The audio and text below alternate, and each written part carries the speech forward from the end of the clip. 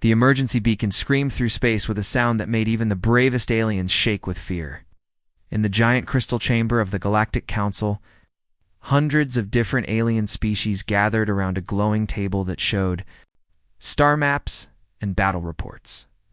The air smelled of panic and desperation. Admiral Park Suman stood with her arms crossed, watching the chaos unfold before her.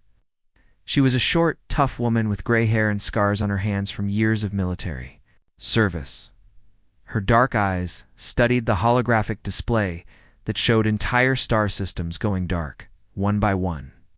14 worlds, whispered Counselor Veltar, his blue skin turning pale as he spoke. His forearms moved frantically across the control panel, bringing up images of dead planets. 14 worlds in 6 months, gone, not destroyed, consumed. Images on the screen made even the hardened human admiral feel sick. Planets that once had green forests and blue oceans now looked like gray, lifeless rocks. Something had eaten everything on them. Every tree, every animal, every person. Nothing remained but empty stone. Kim Minho, Earth's ambassador to the Council, sat in the human section of the chamber. He was younger than the Admiral, with nervous hands that kept adjusting his uniform. For 30 years he had listened to aliens call humans Deathworlders and violent primitives. Oh, those same aliens were begging for help. Show them the attack footage, demanded Counselor Zetten, a tall, thin alien with silver skin. Show them what we face. The hologram changed to show a space battle. Sleek alien warships fired bright blue energy beams at massive, writhing creatures. That looked like a nightmare mix of machine and living flesh. The creatures were enormous, some bigger than moons, with surfaces that rippled and moved like they were alive. We call them the Devourers, Veltar explained, his voice shaking. Appeared from beyond the outer rim 6 months ago. No warning, no communication. They just arrived and began feeding. Park watched as the alien ships on the screen fired their weapons. The energy beams hit the creatures, but instead of causing damage, the monsters seemed to absorb the attacks. Their skin glowed brighter where the weapons struck them, and they grew larger. Our plasma cannons are useless, continued another counselor, a small furry creature with big eyes. Our quantum torpedoes do nothing. These things adapt to our weapons faster than we can fire them. Kim Minho leaned forward in his chair. What happened to your fleets? The silence in the chamber was deafening. Finally, Veltar spoke in a voice barely above a whisper. 3 combined fleets. 200 ships each. The best warriors from 50 worlds. Paused, his 4 arms trembling. Total annihilation. Not one ship survived. The hologram showed the aftermath of the battles. Debris fields where proud alien fleets once flew. The Devourers moved through. The wreckage like giant scavengers, consuming even the metal and plastic from destroyed ships. They eat everything, Veltar said. Organic matter, metals, even the hulls of our ships. Whatever they consume makes them stronger, helps them reproduce. Each world they devour creates more of them. Admiral Park studied the tactical data flowing. Across the screens, energy signatures, movement patterns, attack methods. Everything about these creatures was designed for one purpose: consuming life. How many worlds do they threaten? She asked. All of them, replied Counselor Zetten. Their reproduction rate is exponential. At current speed, they will consume the entire galaxy within 2 years. The chamber erupted in frightened chatter. Aliens spoke in dozens of different languages, all expressing the same emotion: terror. These were species that had conquered space, built massive civilizations, and considered themselves the peak of evolution. Now they faced extinction. Kim Minho stood up slowly. Why come to us? For 30 years you've kept humanity isolated, called us too dangerous for civilized society, said our world was too violent, our people too unstable. Veltar's blue skin darkened with embarrassment, because conventional warfare has failed. These creatures adapt to energy weapons, absorb plasma attacks, and seem to grow stronger with each victory. We need different tactics. You mean violent tactics? Park said flatly. We mean tactics that prioritize destruction over preservation. admitted another counselor, a tall alien with crystal-like skin. Methods that civilized species would never consider. Admiral Park walked closer to the holographic display. She studied the images of the Devourers, noting how they moved, how they attacked, how they consumed. Her military mind began calculating. Possibilities. You're asking us to fight your war, Kim Minho stated. We're asking the only species in the galaxy that might understand how to kill something that refuses to die. Veltar replied. The chamber fell silent except for the ominous pulsing of the distress beacon. Red lights flashed across the star map, showing more worlds under attack. Time was running out. Park looked around the chamber at hundreds of alien faces, all watching her with desperate hope. These same beings had once called humans monsters. Now they needed monsters to save them. I'll need to consult with Earth Command, she said finally. The beacon continued its desperate cry across the galaxy, counting down to extinction. 3 days after the council meeting, Admiral Park Suman stood in the command center of the massive Earth defense force station orbiting Luna. The room buzzed with activity as officers moved between computer terminals, their faces lit by the glow of tactical displays showing fleet positions across human space. Park held a secure communication device to her ear. Listening to the heated debate happening in the emergency council chamber, back on Earth, politicians argued about the risks of getting involved in alien affairs.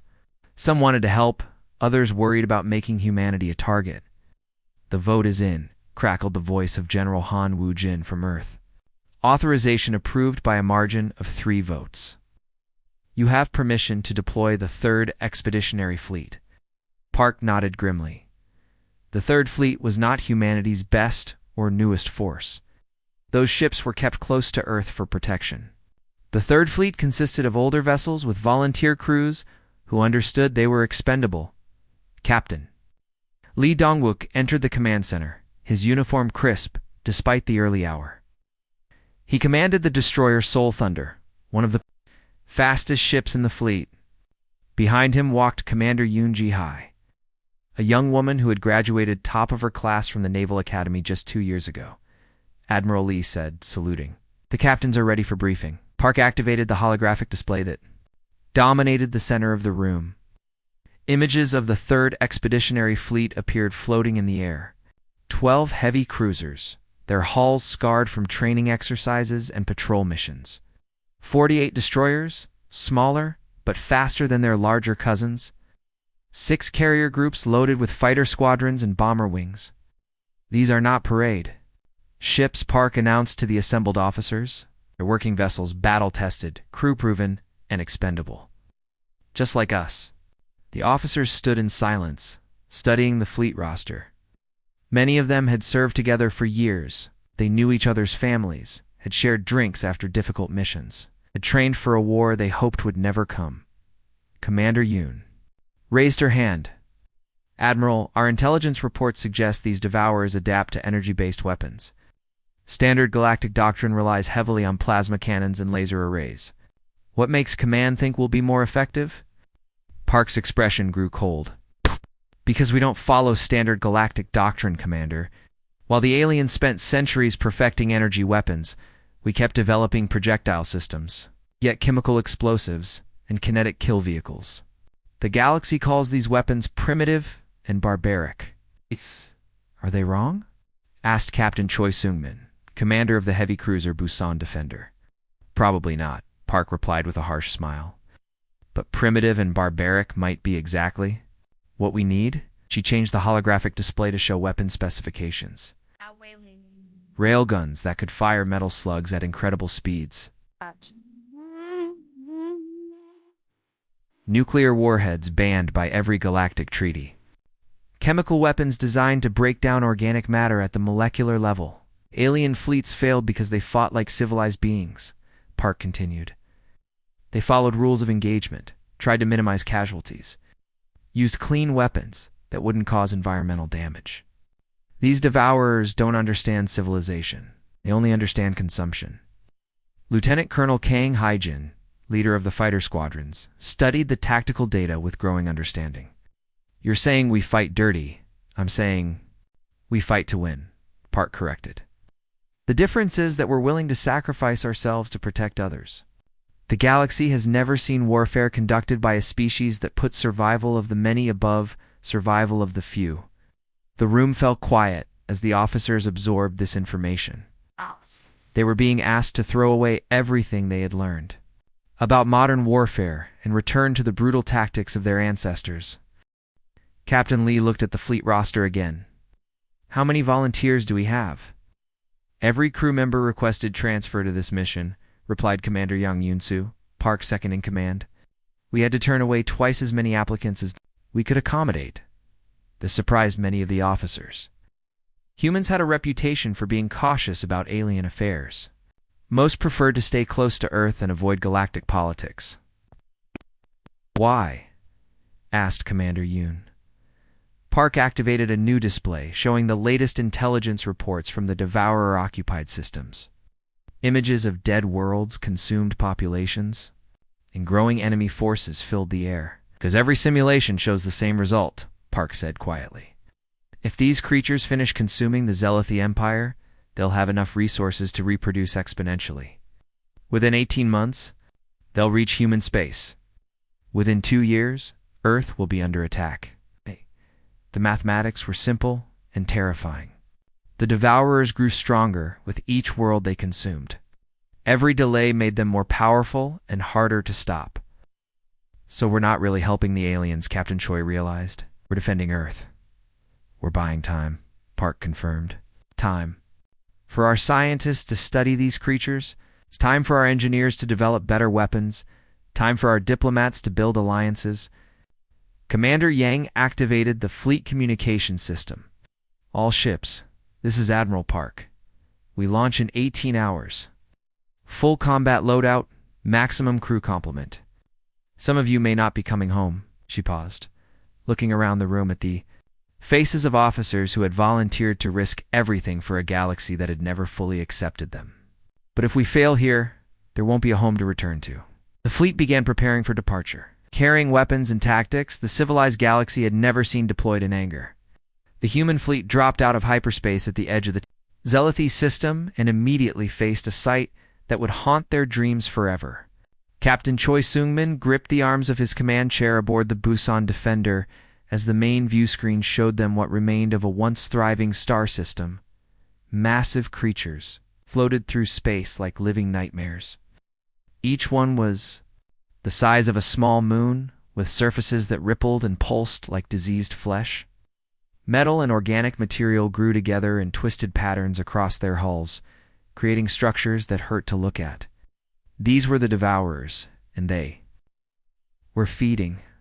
Dear God, whispered Lieutenant Park Jin-soo from the navigation station. What are those things doing to the planets? Through the viewports, they could see one of the largest Devourers wrapped around a dying world like a giant parasite. Tube-like appendages had pierced the planet's crust, and streams of glowing material flowed from the surface into the creature's massive mouth. The planet's blue oceans were turning gray, its green continents fading to brown. Commander Yoon Ji-hai watched her sensor readings with growing horror. The planet's mass is decreasing. That thing is literally eating it, converting solid matter into ... something else. Admiral Park's voice crackled over the fleet communication system from her flagship. All units maintain distance and observe. I want full tactical analysis before we engage. The Busan Defender moved closer, its sensors recording everything. Captain Choi could see smaller Devourers, each about the size of a city, emerging from the belly of the larger creature. These spawn moved toward other planets in the system, ready to begin their own feeding process. Admiral, reported Captain Lee Dong-wook from the Seoul Thunder. I'm detecting 17 major Devourers and approximately 40 smaller spawn. They seem to be organized in some kind of hierarchy. Look at the outer edge of the system, called Lieutenant Colonel Kong. Haijin from her fighter squadron. There are remnants of the Zelethi defense fleet. The human pilots could see the twisted wreckage of alien warships floating in space, but something was wrong with the debris. Instead of the clean breaks expected from energy weapon damage, the metal looked partially digested, as if the ships had been chewed and spit out. They don't just destroy, realized Commander Yang Yun-soo. They consume everything. Ships, the crews, even the weapons. Admiral Park made her decision. All units commence attack pattern Delta. Target the smaller spawn first. Let's see how they react to human weapons. The first wave of missiles launched from the human fleet, streaking through space toward the nearest Devourer spawn. Nuclear. Warheads banned by every galactic treaty struck the creature's surface in brilliant flashes of light and heat. For a moment, it seemed like the attack might work. The creature writhed, and parts of its surface blackened from the explosions. But then, something terrifying happened. The burned areas began to glow, absorbing the residual radiation from the nuclear blasts. The creature grew larger, its wounds healing within minutes. Conventional nuclear weapons ineffective, reported Captain Choi, his voice tight with concern. The target is adapting to the energy signature. They watched in dismay as the creature's hide began to change, developing new patterns that seemed designed to absorb and redirect energy attacks. Within 10 minutes, the spawn had grown by 20%, using the nuclear energy to fuel its reproduction. This is how they defeated the alien fleets, Park realized over the communication channel. They don't just resist attacks, they feed on them. As if summoned by the explosions, more Devourers began to move toward the human fleet. The largest one, still wrapped around the dying planet, slowly turned its attention to these new arrivals. When it opened what might have been eyes, each one was the size of a battleship and glowed with hungry intelligence. Captain Lee tried a different approach, bringing his ship to fire kinetic rounds from their railguns. Solid metal slugs traveling at tremendous speed struck one of the approaching spawn. This time the creature didn't absorb the attack. Pieces of its hull were torn away, and dark fluid leaked into space. Physical impact causes damage, Lee reported excitedly. They can adapt to energy, but not to pure kinetic force. But their celebration was short-lived. The wounded spawn released a cloud of smaller organisms, each about the size of a fighter. Craft, these mini-devourers swarmed toward the Soul Thunder with frightening speed.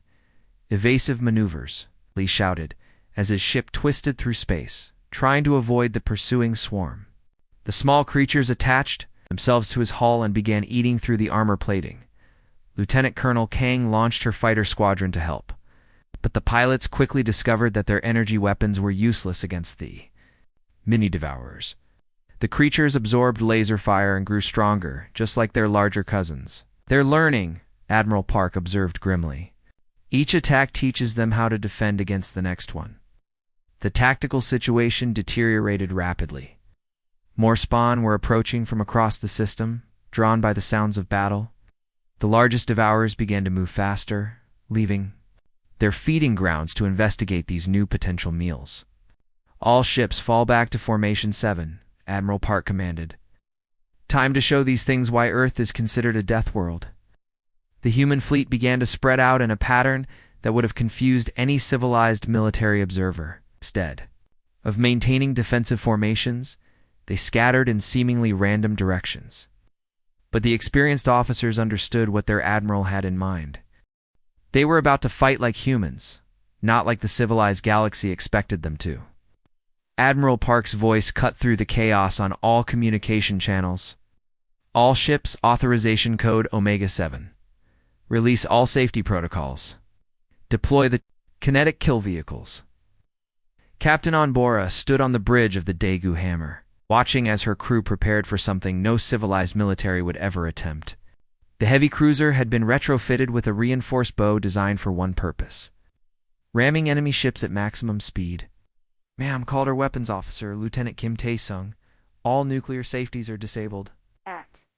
Chemical weapons are armed and ready. The kinetic drivers are loaded with depleted uranium slugs." Dada nodded grimly. These were weapons that the galactic community had banned centuries ago. It's too dangerous, too destructive, too likely to cause collateral damage. But the Devourers didn't care about civilized rules of warfare. The Soul Thunder launched the first kinetic kill vehicle, a solid chunk of metal accelerated to nearly light speed by magnetic rails. It struck the nearest Devourer spawn with the force of a small asteroid. The creature's biomechanical hull cracked and split, unable to adapt to pure kinetic energy. "Direct hit," reported Captain Lee, over the communication system. The target Is severely damaged, but still functional. Commander Yang Yunsu watched from the flagship as more human ships began employing tactics that would make alien observers sick with horror. The destroyer Guangzhou Storm fired a spread of biological weapons designed to corrupt organic tissue at the molecular level. Where these weapons struck the Devourers, their living components began to rot and dissolve. The biological agents are working, Yang reported to Admiral Park. Their organic components can't adapt fast enough to counter-engineered viruses. But the real shock came when Captain on Biora activated her ship's final protocol. All crew to impact stations. We're going in. The Daegu hammer accelerated directly toward the largest Devourer spawn, its engines pushed beyond their design limits. The alien observers from the remaining Zealothi ships watched in horror as the human vessel aimed itself like a missile at the enemy. "They're going to ram it," whispered one of the Zealothi captains over an open channel. "That's suicide." Biora's final transmission was brief and calm for Earth, for the galaxy. The heavy cruiser struck the Devourer at tremendous speed, the reinforced bow penetrating deep into the creature's core before both ship and monster exploded in a brilliant fireball. The spawn writhed and collapsed, its biomechanical structure unable to repair damage that catastrophic. "Ramming attacks are effective," Admiral Park announced coldly. "All ships with structural damage prepare for impact protocols." What followed horrified even the human crews.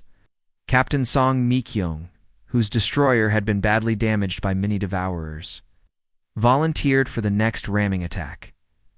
Her ship, the Jeju Guardian, accelerated toward a cluster of spawn with its reactors set to overload on impact. The explosion lit up space like a small star. Taking out 3 enemy creatures in the blast, Commander Yoonji Hai watched from her position on the flagship as more human captains volunteered for suicide runs. These weren't desperate last stands or heroic sacrifices in the traditional sense. They were calculated trades. 1 human ship for multiple enemy targets. "This is madness," transmitted one of the surviving alien observers. "No civilized species. Fights like this." "That's why we're winning," replied Captain Choi from the Busan Defender as he launched another wave of kinetic projectiles. The human fleet had discovered that the Devourers could adapt to energy-based attacks, but struggled with multiple simultaneous threats. While one ship distracted a creature with kinetic rounds, another would deploy biological weapons, and a third would execute a ramming attack. Lieutenant Colonel Kong's fighter squadrons adopted the most terrifying tactic of all. Instead of trying to outfight the mini-Devourers with weapons, they used their ships as guided missiles. Pilot after pilot accelerated their fighters directly into enemy swarms, detonating their fuel tanks and weapon stores on impact. "Fighter Squadron 7 is down to 3 operational craft," Kong reported with no emotion in her voice, requesting permission to ram the nearest spawn cluster. Negative, Admiral Park replied. "I need you alive to coordinate the final attack." Battle raged for hours, with human ships trading themselves for enemy kills in a mathematics of destruction that the galaxy had never witnessed. The Devourers began to show signs of confusion. Their adaptation systems, designed to counter repeated energy attacks, couldn't cope with the constant variety of human weapons and tactics. Captain Nam Taehaeon of the Olsen Striker made the most effective sacrifice when he guided his crippled cruiser directly into what appeared to be a Devourer breeding chamber. The resulting explosion not only destroyed his ship, but triggered a chain reaction that eliminated dozens of newly spawned creatures. "Pattern recognition suggests the enemy is faltering," reported Commander Park Jinwoo from the surviving science vessel. "Their reproduction rate has decreased by 60%. Admiral Park studied the tactical displays showing the remains of her fleet. Of the original 66 ships, only 12 remained operational. But the Devourer force had been reduced from 57 creatures to fewer than 20. "All remaining ships, prepare for final assault," she ordered. Arcade. "Target the mothership. Whatever it takes." The surviving human vessels regrouped, their hulls scarred and their crews exhausted. But they had proven something important. The Devourers could be killed. It just required a willingness to embrace tactics that civilized beings would never consider. The final phase of the battle was about to begin. The massive Devourer mothership hung in space like a wounded god, its hull cracked and bleeding dark fluid from dozens of kinetic impacts. Admiral Park Soo-min stood on the bridge of her heavily damaged flagship, the Incheon's pride, watching as her remaining crew prepared for humanity's final gambit. Only 7 human ships remained operational. The Seoul Thunder limped through space. With half its engines destroyed, the Busan Defender had lost its main weapons but still functioned. 5 smaller vessels, their hulls scarred and venting atmosphere, formed a protective circle around the flagship. Admiral, reported Commander Yang Yoon-soo, his uniform torn and bloodied from the latest attack. We've jury-rigged all remaining antimatter reserves into a single device. If we can get it inside the mothership's core chamber, the explosion should destroy the entire creature. Park nodded grimly. Antimatter weapons had been banned by every galactic treaty for good reason. When matter and antimatter touched, they annihilated each other completely, releasing energy that could crack planets. The device Yang had created contained enough antimatter to power a small city for a century. What's the delivery method? Yang's expression grew somber. Manual placement. Someone has to fly the device directly into the creature's core and detonate it from inside. The carrier ship won't survive the blast. Through the viewports they could see the mothership's massive. Form it was easily 10 times larger than any human vessel. With a surface that writhed with organic growths and mechanical appendages, deep wounds from their attacks revealed glimpses of its internal structure, including what appeared to be a central chamber where new spawn were being created. Captain Lee Dong-wook's voice crackled over the communication system from the Seoul Thunder. Admiral, my ship has the best remaining engines. A volunteer for the delivery mission. Negative, Park replied immediately. You have a family on Earth, Captain. Your daughter just started school. With respect, Admiral, we all have families. That's why we're here. Park studied the tactical display showing the mothership's defenses. Smaller devourers circled it like guard dogs, and weapon emplacements covered its surface. Getting close. Enough to deploy the antimatter device would require sacrificing multiple ships as distractions. I'll take the delivery mission, she decided. The Incheon's pride has the heaviest armor. We'll have the best chance of penetrating their defenses. Commander. Yang looked up from his calculations. Ma'am, the blast radius will be approximately 50,000 kilometers. Okay, any ship within that distance will be vaporized instantly. Then the rest of the fleet needs to retreat to minimum safe distance immediately, Park ordered. Begin withdrawal. Procedures? Captain Choi's voice came over the communication system from the Busan Defender.